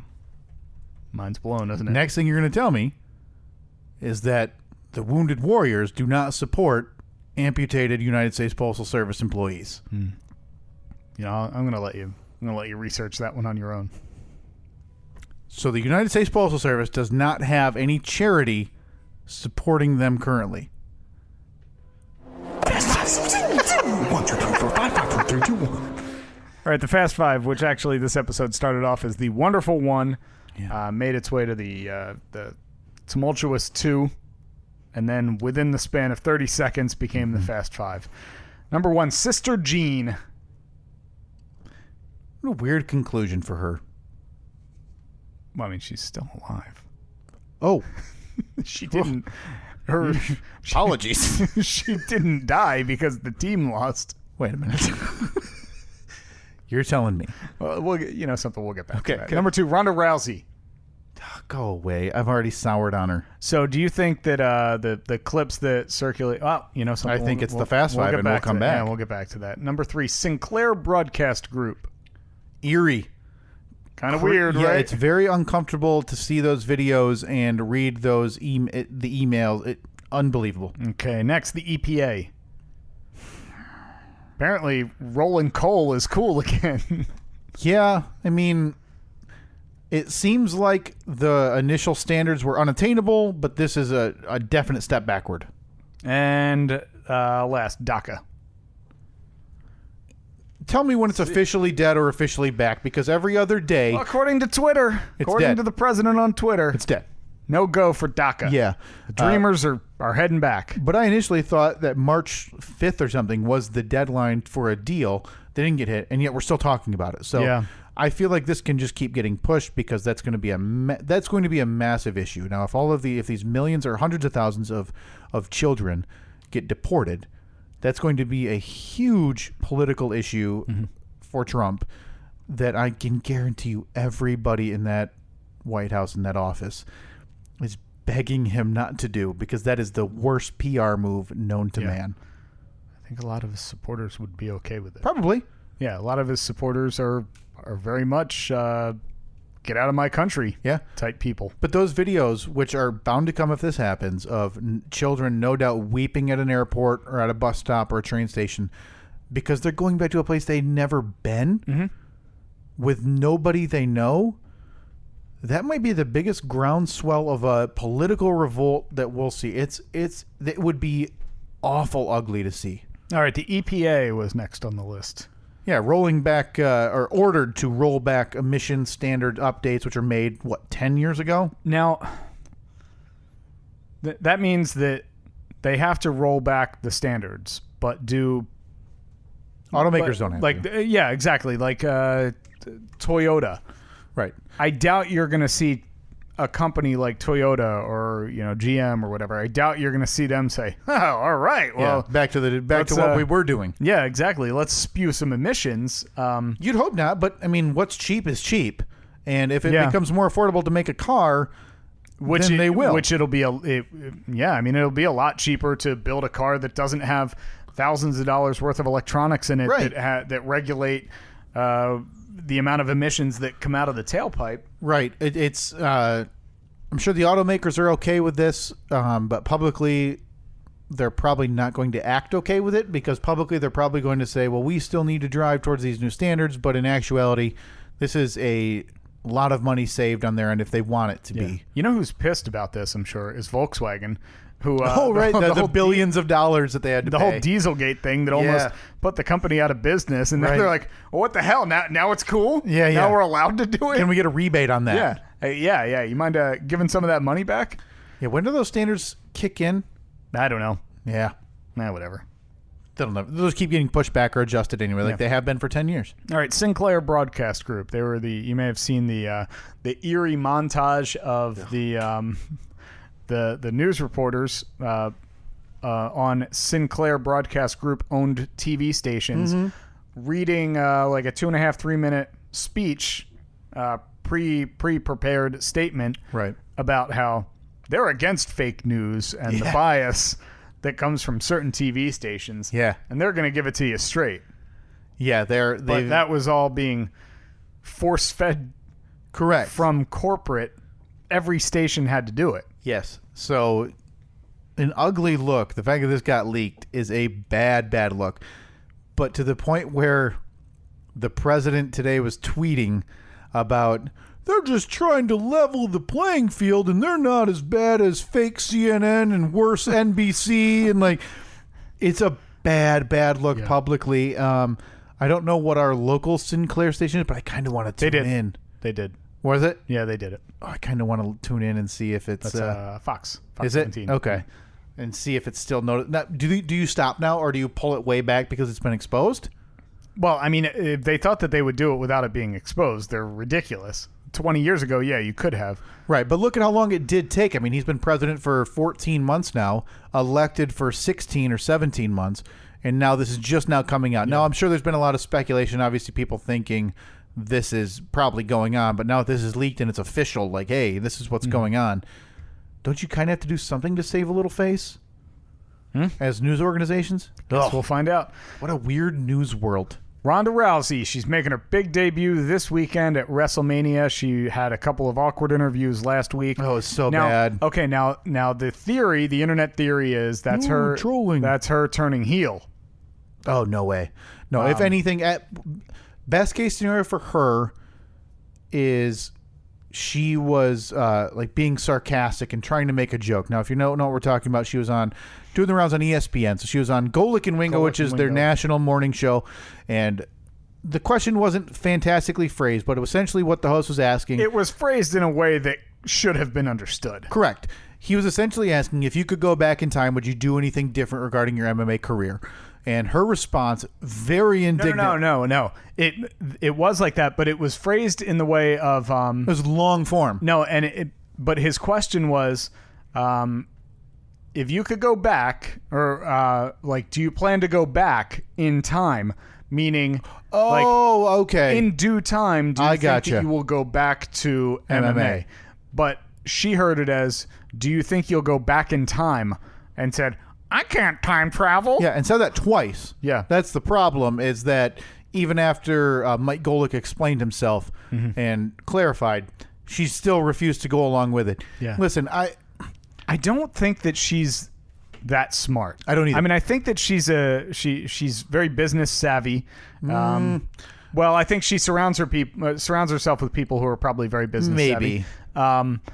Because I mean, she's a millionaire many times over. Yeah. And I think that they've been able to market her very well. But I think when it comes down to it, like the interviews that I've watched with her, she doesn't strike me as somebody who's like you're talking to her and like you can see her looking at you, but it's like if you could go inside her brain, it would be like, I like popsicles. Right. She is a woman who honestly for a couple of years was the most recognizable female athlete on the planet. For my money, didn't capitalize on that in the slightest bit. She should have clothes with her name on it, slogans, whatever. She doesn't. It's not a recognizable brand. The only thing people remember her for now is getting knocked out twice, going on Ellen saying she considered suicide because she lost, and now as a 30-something-year-old woman leaving that organization and still refusing to talk about losing. It's embarrassing and it's childish, and her efforts in the ring, for my money, have been horrendous. Yeah. Her music hits. She comes out and she's got, thousands of people cheering for her, even though like a lot of the crowd's kind of indifferent at this point. And she's grinning like a child at the meet and greet where people were probably kids were meeting her before the event. She loves being cheered. She adores it. And she can't stop like smiling. And then she's not a very good talker on the microphone. Not she's at all. Very, very unseasoned. And then her wrestling hasn't translated to a wrestling ring. It looks very rough. And she tries to just do this stare down. Which is expected because she's probably only been wrestling for 6 months. But now she is being placed into very, very possibly the main event Sunday night of what is more than likely going to be the most watched WrestleMania of all time. And what time will that event air? She will probably be in the ring well after 10 p.m. She will be one of the last 2 or 3 matches on. If not the last one. 10 p.m. If she's the main event, she'll be in the ring after 11. Do you think I could take Monday off because Sunday is Orthodox Easter? Yeah. You just got to put a, what's the hat? Yarmulke. You just got to put a yarmulke on. This week. Yeah. You got to sow the seeds. Oh, yeah. You got to get those going. Yeah, and if somebody says, oh, why are you wearing a yarmulke? I'm Orthodox. Wear this thing every day. Yeah. Where have you been? Sorry, my luscious hair has gotten in the way, but I wear this all the time.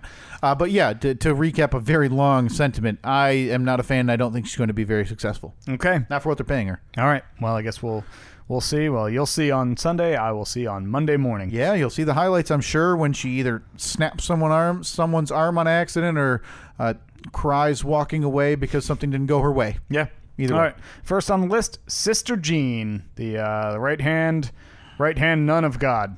That's what they call her, right? So you mean to tell me that the Brothers and Sisters of America is not a charity for nuns and male nuns.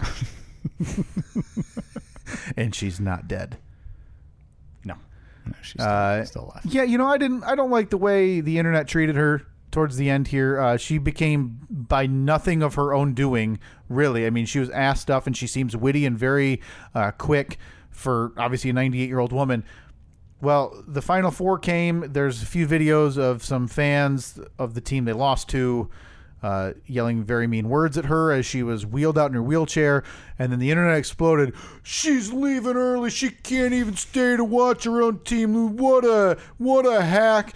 Never mind the fact it's 9 p.m. in like San Antonio, far away from where she is. That wasn't even true. She goes down to the tunnel to meet every single player as they come off the court, Steve.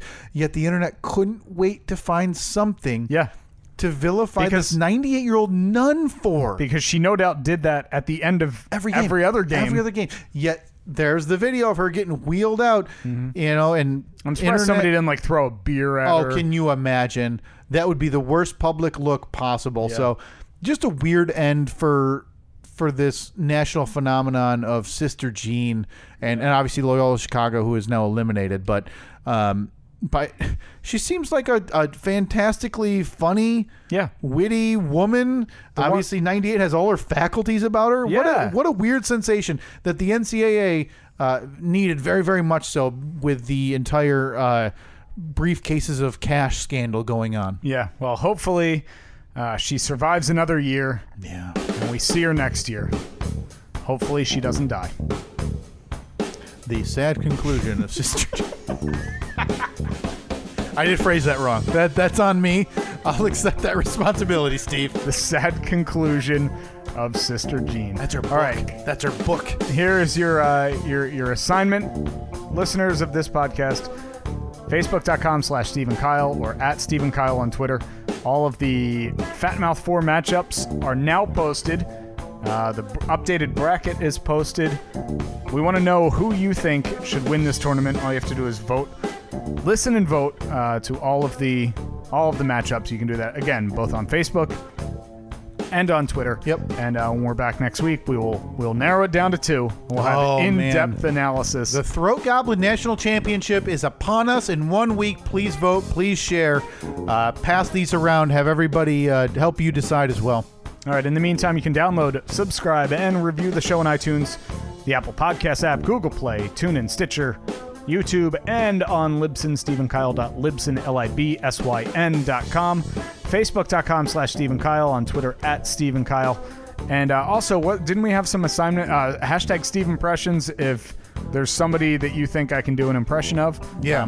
Hashtag Steve Impression, then hashtag, what was the other, something about to help us describe the show to people. Yeah, hashtag Talking Points. Hashtag Talking Points. Use those this week. Help us describe to people what this nonsense is.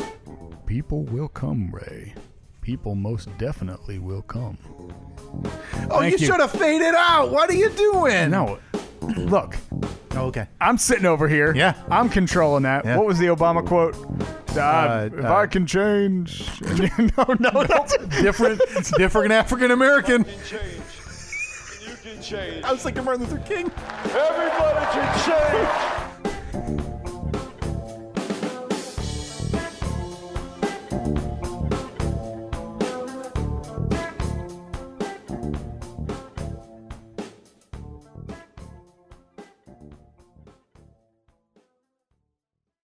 At FanDuel Casino, we know the only thing better than a win is a free win. That's why we made Reward Machine the daily free-to-play game that gives you a chance to win up to $2,000 in casino bonus. We've given away over $100 million in free bonuses, and we're just getting started. Every day at 6 p.m., you get 3 chances to spin the Reward Machine reels. There are 3 ways to win. 1. Match any 3 symbols for an instant win. 2. Collect symbols each day for a chance to win weekly prizes. Or 3. Win up to $2,000 if you collect 3 trophies. FanDuel has given away over $100 million to hundreds of thousands of people through Reward Machine. So what are you waiting for? Download the FanDuel Casino app by going to FanDuel.com/marker and start playing Reward Machine today. That's FanDuel.com/marker. No purchase necessary. 21 and older and present in Michigan. Bonus issued as non-withdrawable casino-only site credit that expires 7 days after receipt. Restrictions apply. See full terms at FanDuel.com/casino. Gambling problem? Call 1-800-GAMBLER or visit FanDuel.com/RG. At Trinity Health Michigan, we see the person behind the patient. Not just their symptoms, but a person with hopes, smiles, and a life. A life we're here to get you back to. We have the expert medical teams and technology of a national health system, and we offer personalized care that treats all of you. Learn more at trinityhealthmichigan.org. Trinity Health, we see all of you.